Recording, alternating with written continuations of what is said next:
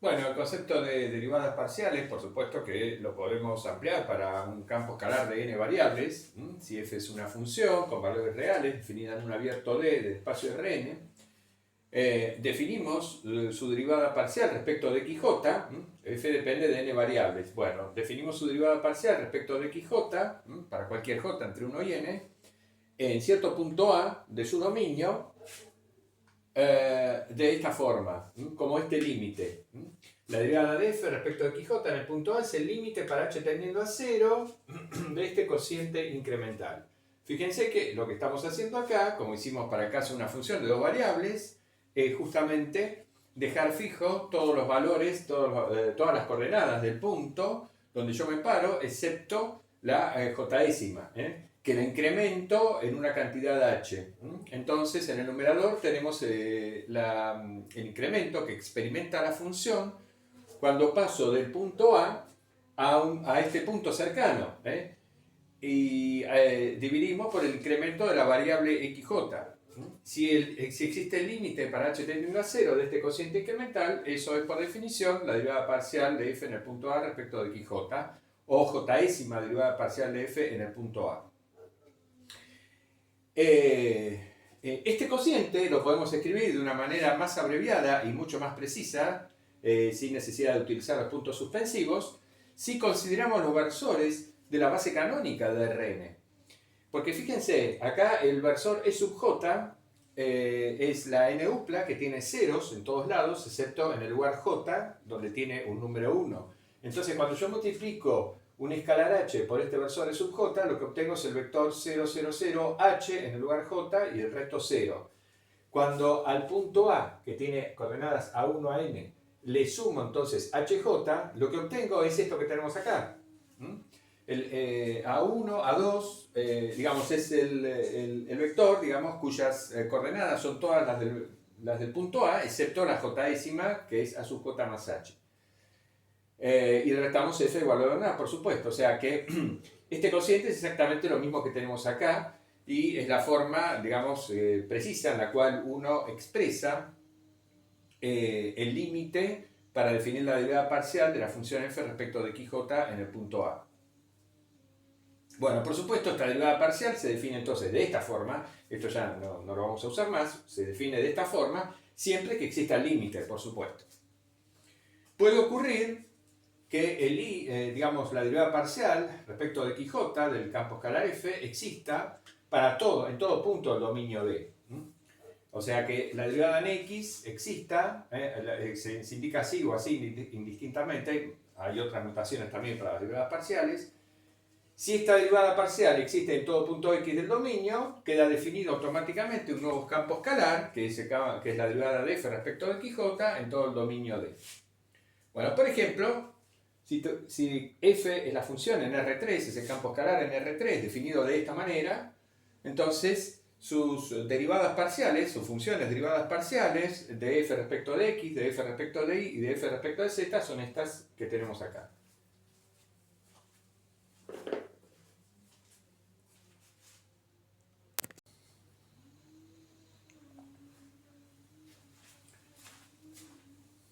Bueno, y acá lo que estamos enunciando son las propiedades sobre el álgebra de derivadas parciales.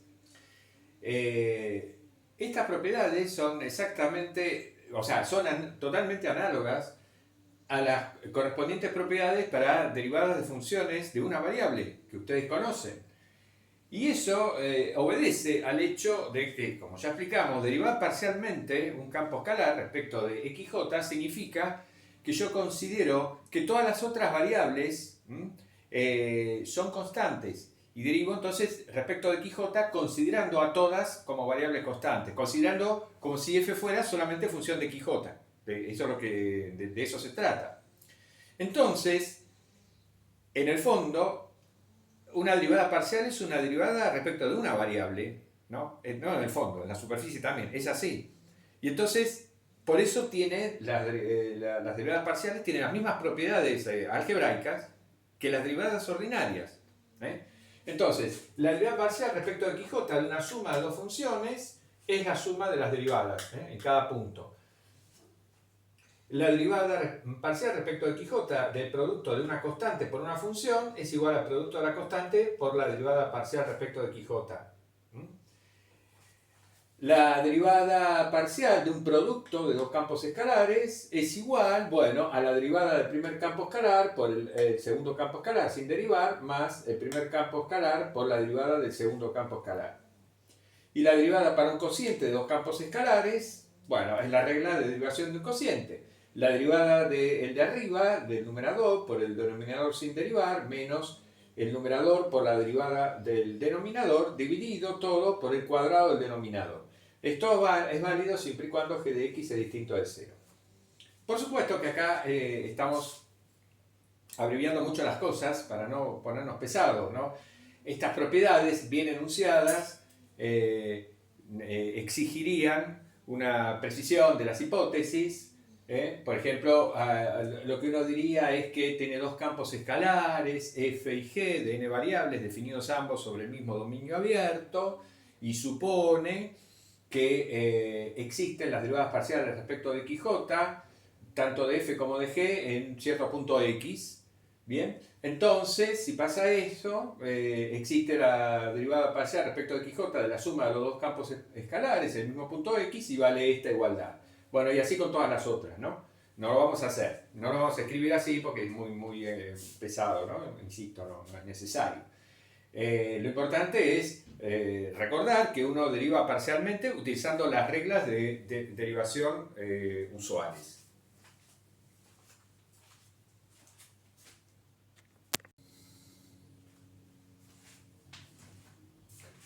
Bueno, por ejemplo, consideremos el campo escalar f definido como la norma de x. Para todo x, f en x es la norma de x, ¿no? Está definido en todo el espacio Rn, ¿no?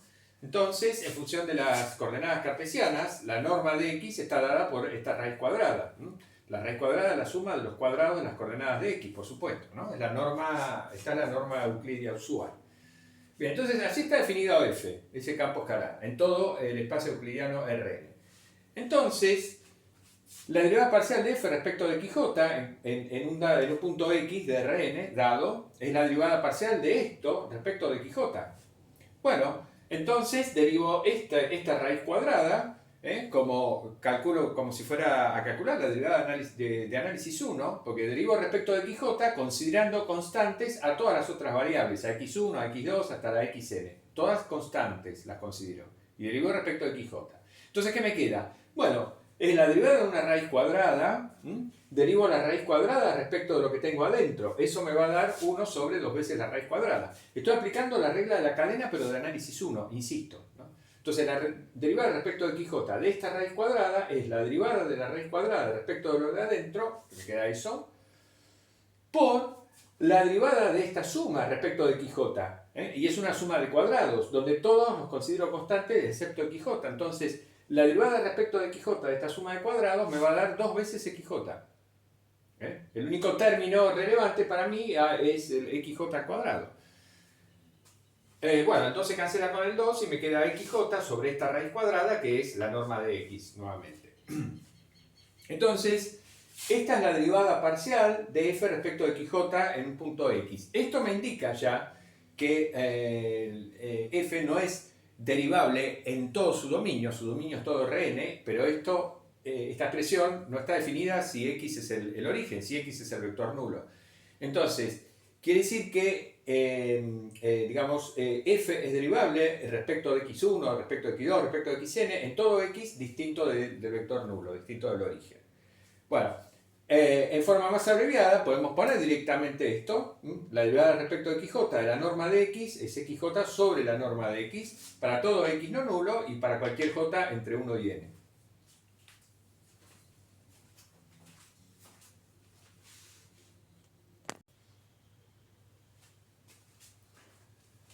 Bueno, como un segundo ejemplo, ahora consideramos la función definida en todo el espacio euclidiano menos en el vector nulo de esta forma, como 1 sobre la norma de x. Bien, entonces la derivada parcial respecto de Qj de la función f en un x distinto del origen, bueno, la derivada parcial respecto de Qj de esto, ¿no? La norma de x elevado a la menos 1. Derivo esto, usando la regla de la cadena de análisis 1. Primero derivo la potencia respecto a la norma de x, eso me va a dar menos la norma de x elevado a la menos 2, y luego derivo la norma de x respecto de xj. Bueno, esta derivada ya la calculamos en el ejemplo anterior, sabemos que nos queda xj sobre la norma de x. Entonces tenemos menos 1 sobre el cuadrado de la norma de x por ese cociente, finalmente entonces nos queda esta expresión, para todo válida, para todo vector x no nulo y para cualquier j entre 1 y n.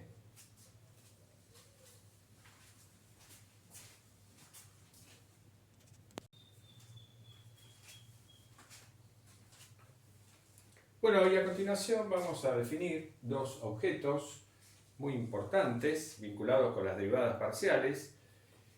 Uno es el vector gradiente de un campo escalar y el otro es la matriz jacobiana de una función con valores vectoriales.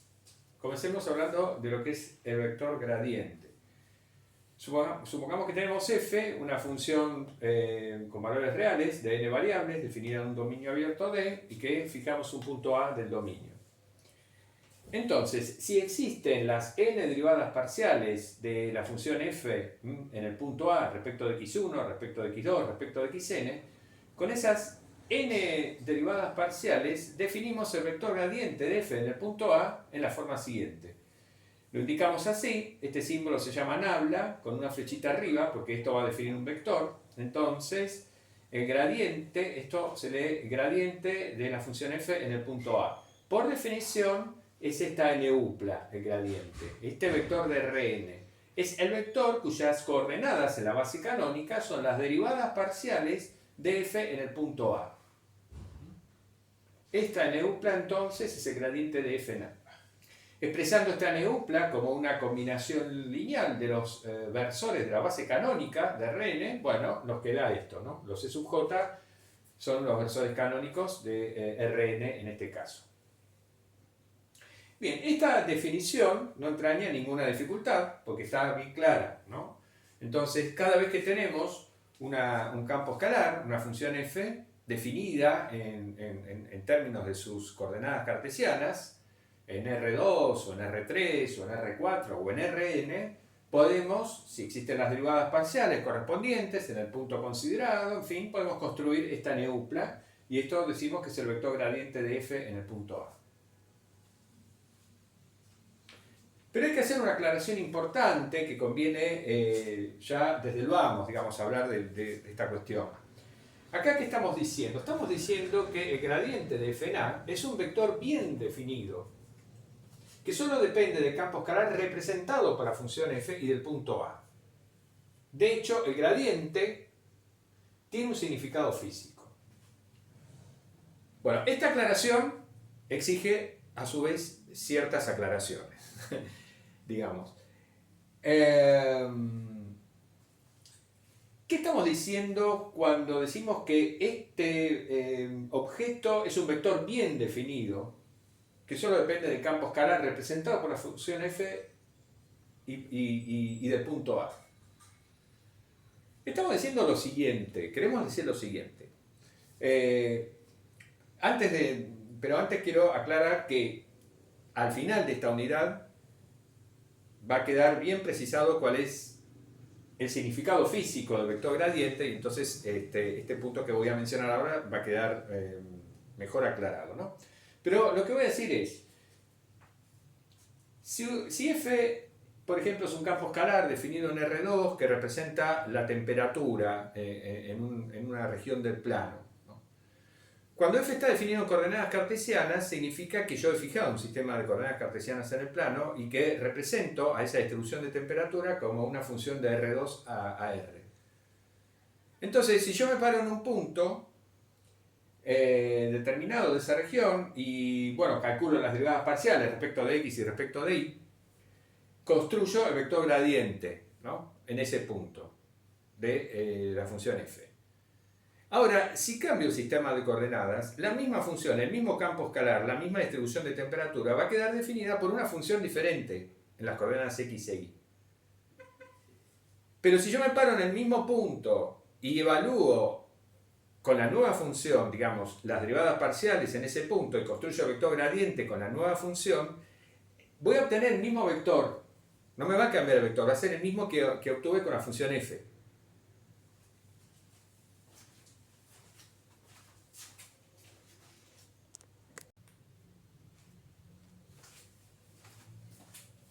Bueno, acá trato de explicar con un dibujo lo que estábamos diciendo, ¿no? Respecto de la buena definición del gradiente como un vector. Supongamos que tenemos una función phi definida en el plano, ¿no? Que representa, por ejemplo, la temperatura, la distribución de temperatura en el plano. Entonces phi es un campo escalar, porque a cada punto del plano le asigna un número. Pero para representar yo a phi como una función numérica de R2 a R, necesito fijar un sistema de coordenadas cartesianas. Entonces, supongamos que fijo un sistema de coordenadas cartesianas y entonces la expresión de la distribución de temperatura está dada por esta función f de xy. Una cierta función f de xy. Por ejemplo, no sé, x cuadrado por y más seno de y, supongamos, cualquier cosa. Bueno, muy bien. Entonces me paro en un punto A del plano y construyo con esta receta el gradiente de f en el punto A. Entonces es un vector que tiene dos componentes. Bueno, supongamos que dibujo, hago el cálculo, ¿no? Con la función f de esas derivadas parciales y el cálculo correspondiente me da este vector que estoy dibujando ahí. Y lo represento con una flechita en el punto A. Ese es el vector gradiente calculado de esta manera. Bueno, muy bien. Ahora supongamos que cambiamos el sistema cartesiano de ejes a otro, x barra y barra, ¿no? Cambiamos el origen, lo rotamos, en fin. Este es otro sistema de coordenadas cartesianas ortogonales en el mismo plano. Entonces la misma distribución de temperatura en este sistema de ejes va a quedar representada por una función distinta. Por supuesto, x barra e y barra van a ser funciones de x y de y, es una transformación ortogonal, más un desplazamiento, más una traslación. Y cuando yo evalúe g en, digamos, x barra y barra, si expreso x barra y barra en función de x y de y, voy a obtener la misma f de xy, ¿no? Pero digamos, si yo no hago eso, ¿no? Entonces supongamos que acá en las nuevas coordenadas x barra y barra me queda otra función. El mismo campo escalar de temperaturas queda representado por otra función distinta de R2 a R. Bueno, si yo efectúo este cálculo con esta función g, tomo las derivadas parciales respecto de x barra y respecto de y barra, obtengo el gradiente de la función g en el punto A. Bueno, cuando yo dibuje este vector, en ese punto va a ser este mismo. No va a ser otro, va a ser el mismo. O sea, que como vector el gradiente no va a depender de la representación de phi en este sistema coordenado, que es f, ni va a depender de la representación de phi en este sistema coordenado, que es g, sino que va a depender de phi únicamente, del campo escalar. En este caso, de la temperatura, la distribución de temperatura. Me da el mismo vector. De hecho, lo que vamos a ver es que este vector lo que representa es la dirección de máximo crecimiento de la temperatura en este punto, es decir, tiene un significado físico. Si en lugar de definir el vector gradiente de esta manera, como lo hemos hecho, lo hubiéramos definido, no sé, de cualquier otra forma, por ejemplo, hubiéramos dicho que el gradiente de f en el punto A fuera igual a la derivada de f respecto de x, no sé, elevado al cuadrado en el punto A, y la derivada de f respecto de y multiplicada por la derivada de f respecto de x, no sé, cualquier cosa. Que hubiéramos definido un gradiente de trucho de esta forma, ¿no? Así. Bueno, con este objeto no se daría esta situación. El vector construido así no sería un vector verdadero, no tendría un significado físico. Remitiéndonos a este ejemplo que estábamos mencionando, ¿qué pasaría? Bueno, al calcular el gradiente con esta fórmula, con f, me hubiera dado un vector y al calcularlo con g me hubiera dado otra cosa, otra flecha distinta. Entonces, esto ya no tendría un significado físico relacionado con phi, que es el verdadero campo escalar que estamos representando.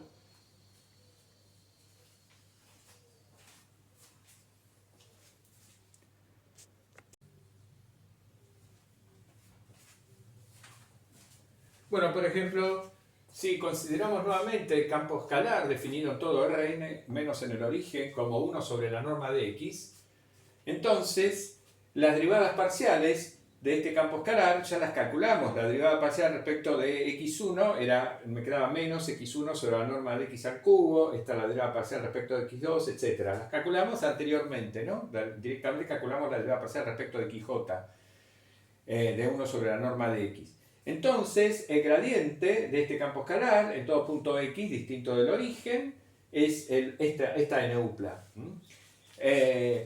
Bueno, como el factor 1 sobre la norma al cubo, o mejor dicho, como el factor menos 1 sobre la norma al cubo está multiplicando a cada una de las coordenadas x1, x2, xn del vector x flechita, bueno, sacamos afuera de la NUPLA, y entonces este vector gradiente, en definitiva, se transforma en esto que tenemos acá. Es esto que tenemos acá, ¿no?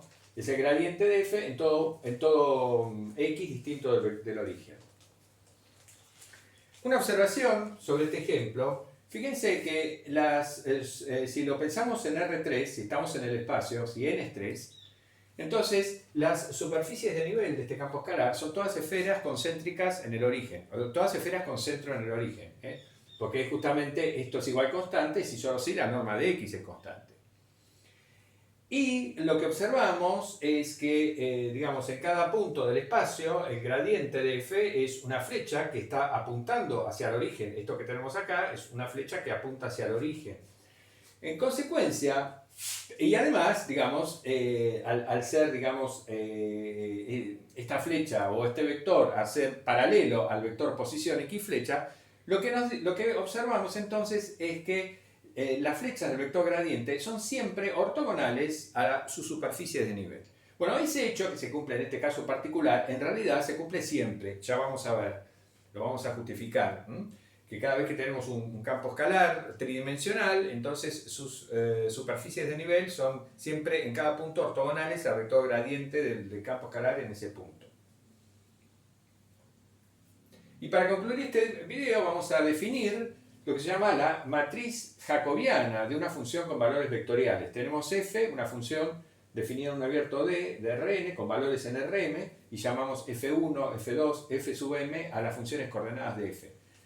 Tomamos un punto A dentro del dominio abierto. Bueno, si existen las m por n derivadas parciales, la derivada parcial de f sub i respecto de xj en el punto A para todo i entre 1 y m, para todo j entre 1 y n, es decir, si existen todas las derivadas parciales de f1, todas las derivadas parciales de f2 y todas las derivadas parciales de fm en el punto A, con esas m por n derivadas parciales armamos una matriz que la denominamos matriz jacobiana de f en el punto A. Entonces, y que la indicamos de esta manera, la matriz jacobiana de f en el punto A es esta matriz, formada por esas derivadas parciales que acabo de decir.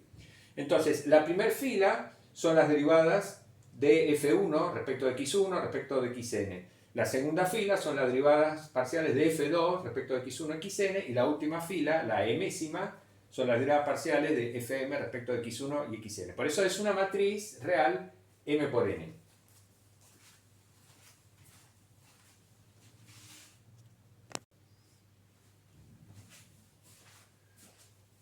Bueno, por ejemplo, si f es la función de R3 a R2, definida de esta manera, entonces la matriz jacobiana de f en cualquier punto x y z del espacio va a ser esta que tenemos acá.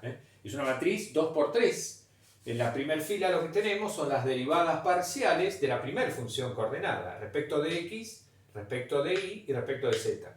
Y en la segunda fila, las derivadas parciales respecto de x, de y y de z de la segunda función coordenada, por lo tanto nos quedan 2x, 0 y menos 2z.